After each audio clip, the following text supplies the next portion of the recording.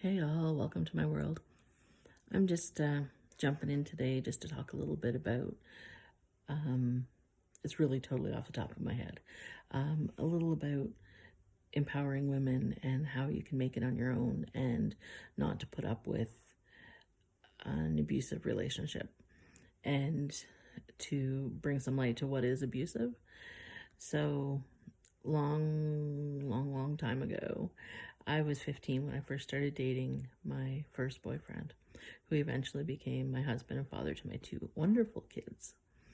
And he used to do things when we were dating, like if he thought it seemed like I was going to break up with him, he would tell me how, if I ever broke up with him, he would drive his car into a tree. And 15, 16-year-old me would just be like, oh, I can't be responsible for somebody killing themselves. That would be like, I killed him, so I guess I better just stay with him. And then as he was more and more controlling, I guess I tried to reach out more and feel it out to see if we could break up so I could go on with life, kind of thing. And he would catch on to it right away and do these sort of things. And just talk about, like, I heard that 3 bottles of Tylenol could put me in a coma so deep that I would never wake up again, and they would cut off life support. And, oh, that tree along 25 side road there, that's the one I'd use, and things like that. So I couldn't be responsible, so I guess I just made myself believe that this was my destiny in life, to be married to this guy. So I got the ring, we had the wedding. I had never wanted a big wedding, ever. I didn't even know that I wanted to get married, actually, but I'd never wanted the big fancy wedding in the white dress. I'm more of a barefoot on the beach kind of girl.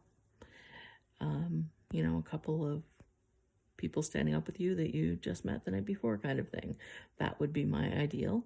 And anyway, so we had the big wedding, we had the dance, the bar, the booze, the relatives from all over.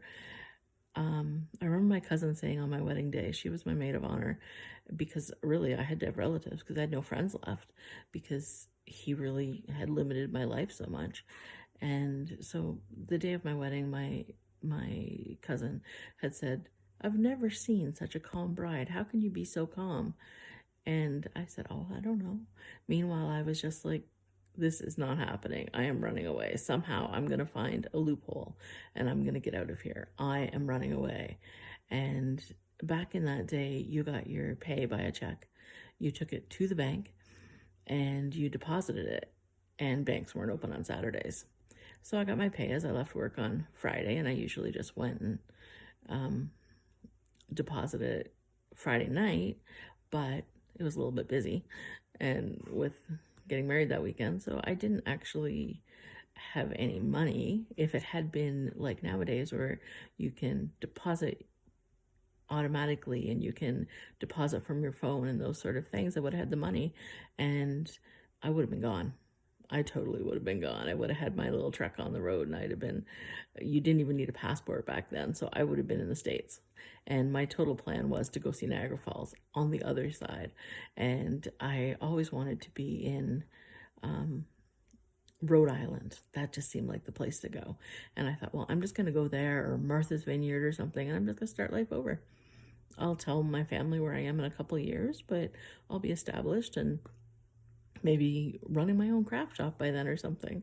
And it was just all these dreams I had and all these ideas that I thought that I would do, and of course couldn't achieve because, number one, he really controlled me so much that I didn't have that much freedom to do anything like that.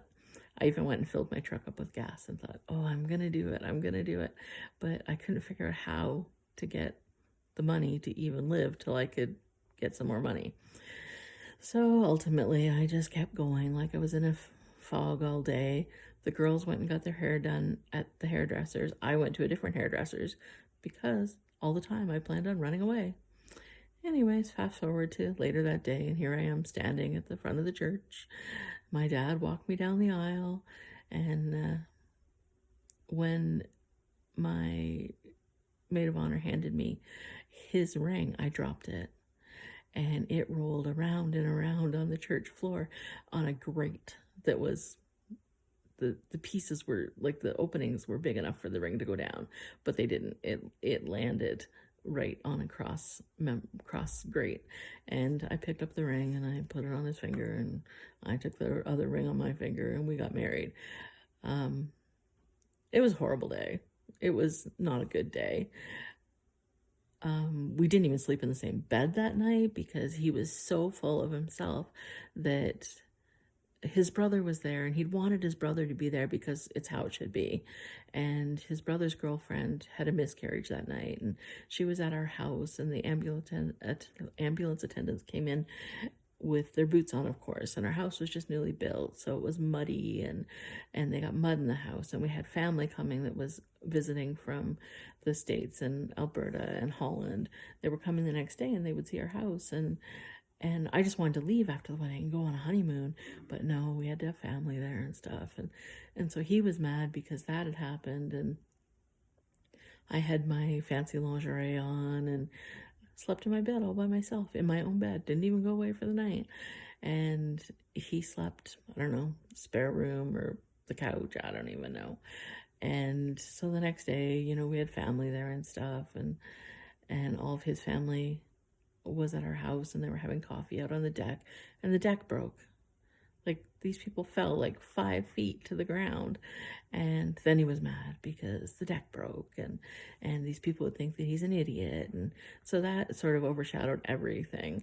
And it was a rough start.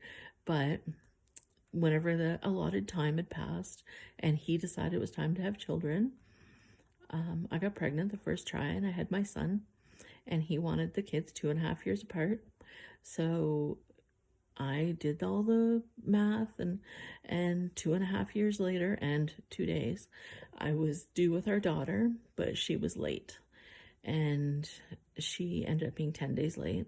And while he was furious that she was late, and so mad at me and at the world that she was late. And by then I'd found out that she was a girl, and he said he was going to hate her till the day he died because she was making him wait. And to this day, she's still my best friend. I knew right then. I was actually sitting in the bathroom with a knife, putting the knife up inside me to break my water, to make him stop being mean, to make him stop fuming, to make life easier. If I had this baby now, I would make life easier. And I was sitting in there about to try to break the water, and I thought, what if the baby's head's there? What if I poked her in the eye? What if... And then I thought, you're so stupid, Stephanie. Don't do this. He can't run you. You're going to leave him.